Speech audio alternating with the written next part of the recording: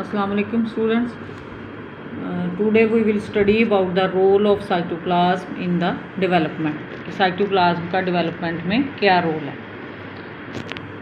तो इसमें development में जब हम study करते हैं cytoplasm role, तो उसमें हम term जो है उससे हमारा वास्ता पड़ता है, that is the morphogenetic determinants. तो what are the morphogenetic determinants? Morphogenetic determinants are the certain chemicals which are present in the embryonic cell.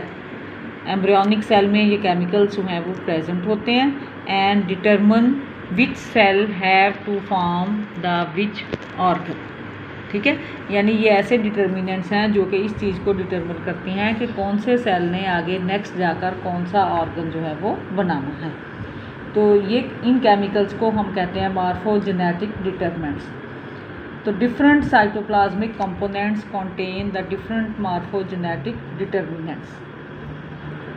कुछ morphogenetic determinants जो है वो cytoplasm के किसी पार्ट में present होते हैं, कुछ morphogenetic determinants जो हैं वो दूसरे cytoplasm के दूसरे parts में जो है वो present होते हैं.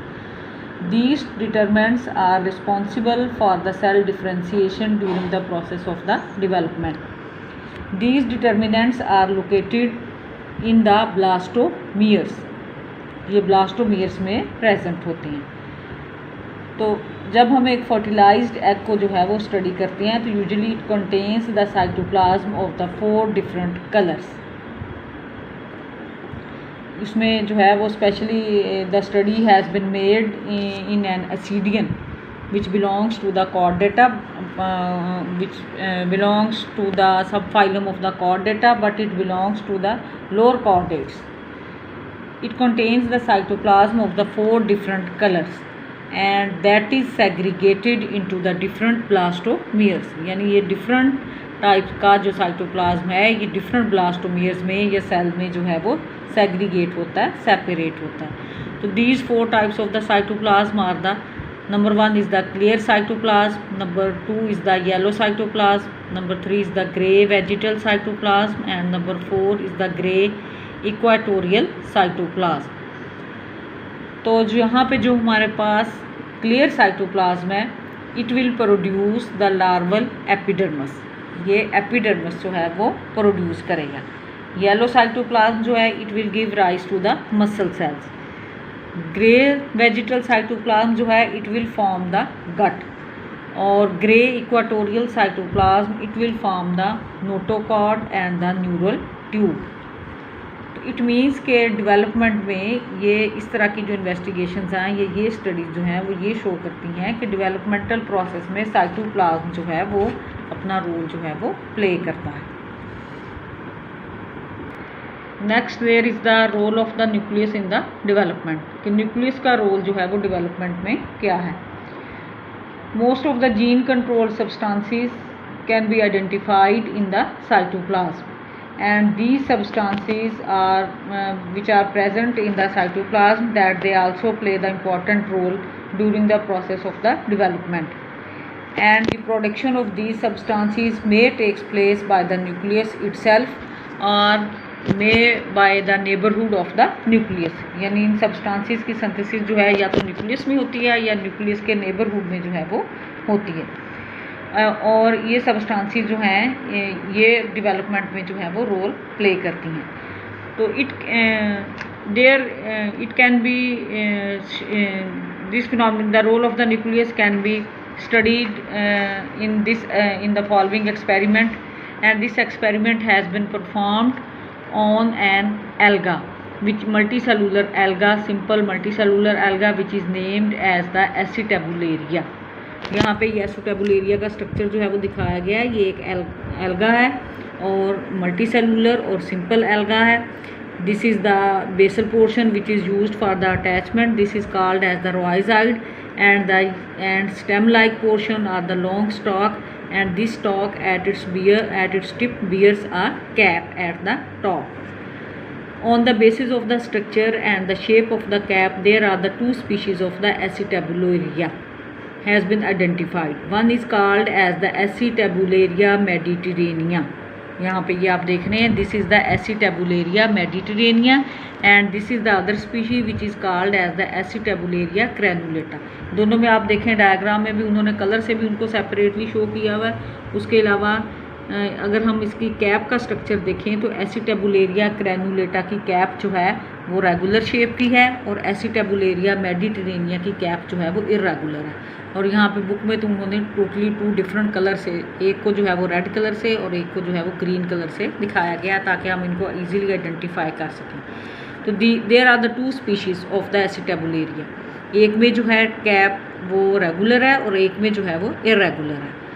और अगर हम इसका ये कैप जो है वो कट कर दें तो Acetabularia has the capability to regenerate the new cap. तो इस एसिटेबुलेरिया पर स्टडीज़ जो थी वो की गई और उसमें ये 2 स्पीशीज़ जो थी वो इसकी यूटिलाइज की गई। और moreover this Acetabularia has a single nucleus. इसके पास जो है वो एक सिंगल न्यूक्लियस प्रेजेंट होता है विच लाई एट इट्स बेस, जो कि इसकी स्टॉक की बेस पे जो है वो लाई करता है। तो हैमरलिंग ने एक्सपेरिमेंट्स जो थे वो परफॉर्म किए and he showed that if the cap is the removed a new cap is the generated. और उसने क्या किया एक्सपेरिमेंट में, उसने किया he cut off the nucleus containing base of the Acetabularia mediterranea. ठीक है, उसने एसिटेबुलेरिया मेडिटेरेनिया से न्यूक्लियस कंटेनिंग बेस जो था वो कट ऑफ किया and grafted a similar piece containing the nucleus of Acetabularia granulata. ठीक है, उसने यानी न्यूक्लियस कंटेनिंग जो था एक स्पीशीज़ का मेडिटेरेनिया का न्यूक्लियस कंटेनिंग पार्ट जो था वो कट कर दिया और वहाँ पे उसने ग्राफ्ट किया nucleus containing part of the other species that were the Acetabularia granulata and the cap was removed. और उसने कैप जो थी इसके साथ साथ वो भी रिमूव कर दी, क्योंकि उसके पास ये कैपेबिलिटी है कि जब वो कैप इसकी रिमूव हो जाएगी एसिटेबुलेरिया की तो it will regenerate the new cap. तो so that when the new cap was regenerated it was found that the regenerated cap was having the characteristics of the Acetabularia granulata. ठीक है, यानी उसकी cap जो थी वो रेगुलर थी, हालांकि एक्चुअली जो थी उसको इरेगुलर होना चाहिए थी लेकिन वो रेगुलर थी।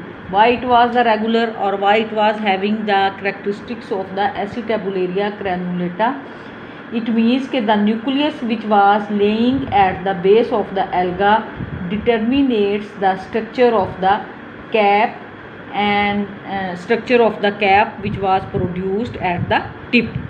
ठीक है, यानी न्यूक्लियस जो कि बेस में लाई कर रहा था एक्चुअली वो कंट्रोल कर रहा था कि कौन सी टाइप की कैप जो है वो डेवलप होनी है, क्योंकि यहाँ पे हमने जो ग्राफ्ट किया था nucleus containing portion that was belonging to the Acetabularia granulata, तो इसीलिए जो कैप इस एक्सपेरिमेंट में प्रोड्यूस हुई वो एसिटेबुलेरिया ग्रैनुलेटा टाइप की थी, यानी रेगुलर शेप की कैप जो थी वो प्रोड्यूस हुई। and that stalk did not play any role in the determination of the structure of the cap।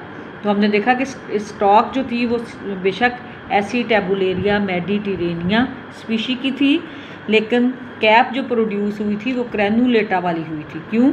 क्योंकि न्यूक्लियस जो लाई कर रहा था वो ग्रैनुलेटा का था। इट मीन्स कि nucleus is controlling the type of the cap not the stock, यानी स्टॉक या साइटोप्लाज्म नहीं बल्कि न्यूक्लियस जो था वो कंटेन जो था वो कर रहा था कैप की टाइप को।